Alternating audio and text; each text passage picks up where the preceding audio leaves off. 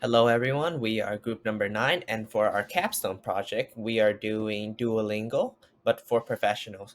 This project is created and proposed by Juan, Menglin, Monica, Olivia, myself, Kwok, and Viriana. So for our agenda, we're first going to be going over the summary slash statistic. Then we're going to move on to the key future scenarios. Then we will talk about the solution, stakeholder impacts. Then we will talk about our strategy. And then finally, we're going to go over our revenue model. And I will let Vidiana talk about our summary statistic. The idea of expanding the Duolingo Learning Language app will allow us to empower professionals working abroad by enhancing their language proficiency in a context that aligns with their specific careers. This innovative application addresses the common challenges faced by individuals who relocate for work, focusing on industry specific vocabulary, communication skills, and cultural etiquette. Then we have a problem, right? So English, there are around a million words. Then people speak conversationally, they need to know around 3,000 words. However, when working, people probably need around 1,000 to 2,000 professional words on top of the common vocabulary that they already have. So this leads to the following problems. So over 60% of expatriate professionals find it challenging to communicate effectively in work-related situations due to language barriers. Also, approximately 70% of individuals working in foreign countries encounter difficulties with industry-specific vocabulary that usually hinders their job performance, which is why we have developed a partnership with Duolingo that has the following key features that sets us apart from our competitors. First, we have industry-tailored content. So the app offers specialized language modules across various professions such as medicine, finance, engineering, IT, and more. Users can select their field of work, ensuring that they receive relevant vocabulary, phrases, and scenarios so they can feel more confident with the work that they are doing. Then we also have contextual learning. So by expanding the learning scope of the Duolingo app, users will be able to practice language skills within the context of meetings, presentations, negotiations, and other work-related scenarios, taking into account that that company's culture and way of conducting business. Then we also provide interactive exercises. So this new feature allows users to engage in different interactive exercises, quizzes, and simulations that promote active learning and also retention of industry-specific languages. Um, then we have something really important, which is a personalized learning path. So users can set their language proficiency goals and track their progress. The learning path adapts to their performance, providing recommendations for further improvements and customized learning, which again is key when it comes to actually learning how something works. You do have to have the practice, and I feel like our idea really brings that to the table, something that definitely sets us apart from competitors. Now, we will identify and discuss our goals for Duolingo for professionals for the first year. Our first goal will be to increase the productivity of users. We will survey users of the app every 2 weeks for how often they can recall and use information learned from the app. We will tie in how workers rate their own efficiency in terms of communication at work with the amount of time spent on the app. Our second goal will be to maintain retention of our users. To do so, we will track consistency of app usage by minutes per day. A user is consistent if they have spent a minimum of 15 minutes per day on the app. The goal is to have 25 to 40% of users become consistent users after 12 months. Our final goal would be to provide valuable lessons to our users. We will provide cultural and business etiquette lessons that are relevant with modern business practices in their respective countries and languages. There will also be incorporation of artificial intelligence to create algorithms of personalized scenarios for cultural lessons. The goal is to have 60 to 70% of users interact with this feature. Now, how will we protect our app by being copied by others?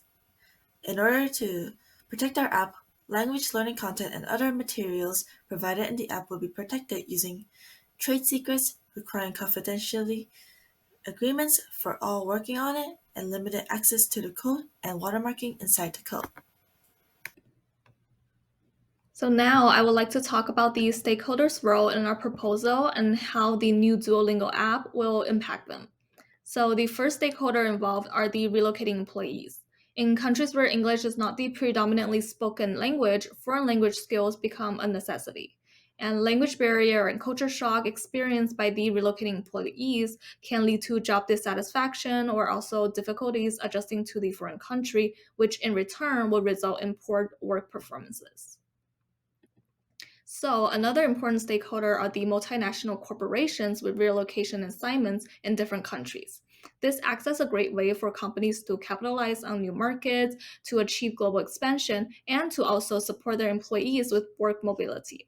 However, expatriation projects can become very costly because of the company must providing cost of living adjustments and also additional accommodations such as language training.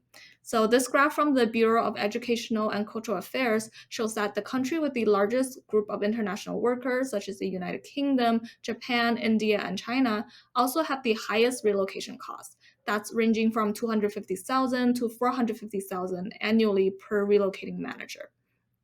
Therefore, multinational companies have a strong incentive to reduce the cost of compensatory packages, as they make up a large percentage of the company's annual expenditures.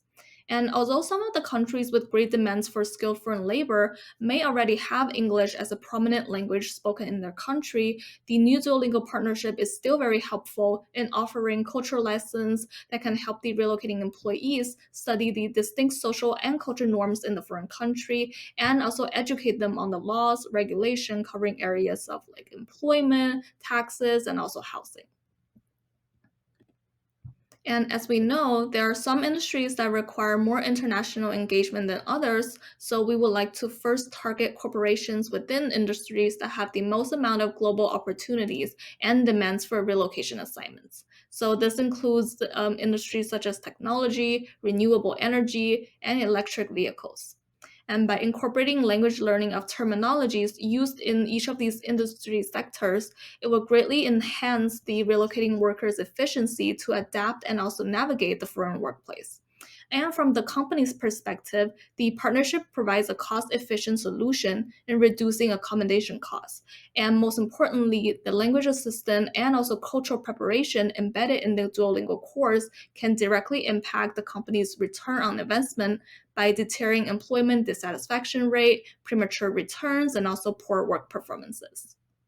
Hi everyone, and thank you Menglin for that wonderful information. I am Juan, and I will be discussing about our company's strategy today.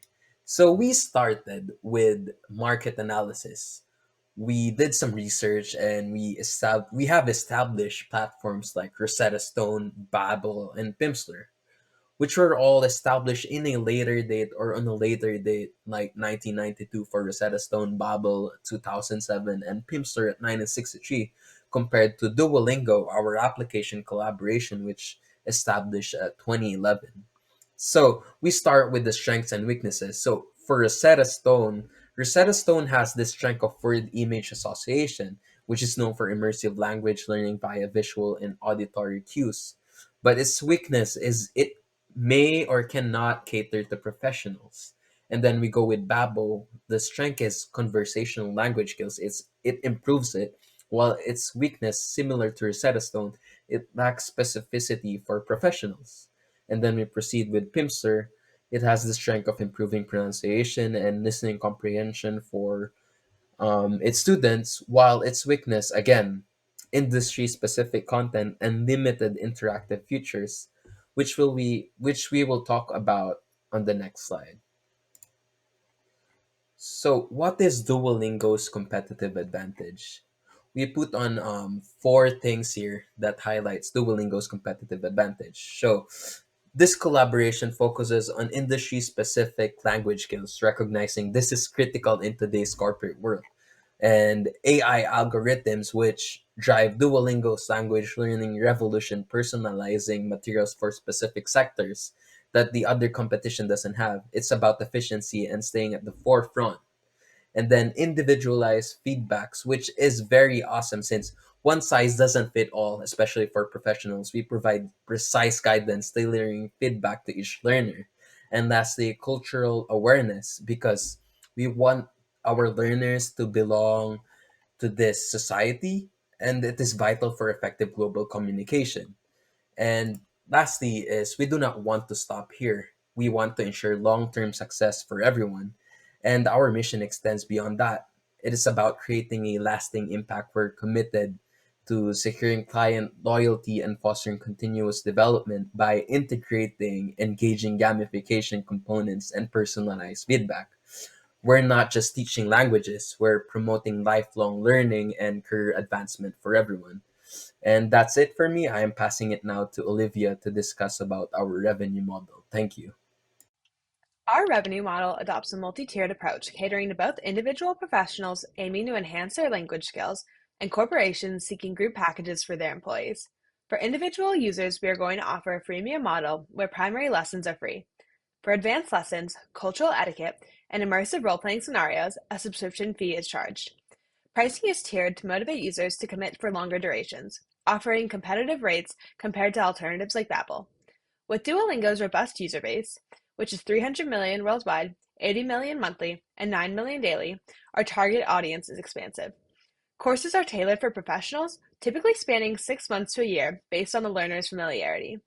For corporate users, we will offer bulk deals with specialized training options. These packages promise steady revenue and the potential for enduring partnerships. The cost is $5.99 annually per employee, which would be $71,880 for a 1,000 employee company. However, there's a bulk discount depending on the size of the company. For specialized training, there is an extra $100,000 charge and a $1,000 to $10,000 onboarding and setup fee. This price is scaled based on the employee count. With our collaboration with Duolingo, UI and UX and algorithm expenses are minimal, utilizing their existing tools. Content creation is our primary expenditure, which is $300,000 for industry-specific plans and 50 to 60,000 for cultural and language adaptations, including the real-life scenarios. Our first year marketing is estimated at 370,000, divided as follows: 150,000 for digital marketing, 60,000 for early subscriber promotions and corporate partnerships, 130,000 for an outreach team, and 30,000 for miscellaneous expenses. Our outreach team would be connecting with corporations to introduce our packages and make them aware of what we offer. Our initial funding stems from our parent company, Duolingo, as an R&D investment.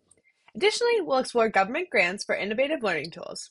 Venture capital is not our primary focus, aligning with Duolingo's strategy. Post-beta testing, which we believe will be 10 to 12 months in, is when we expect our initial users.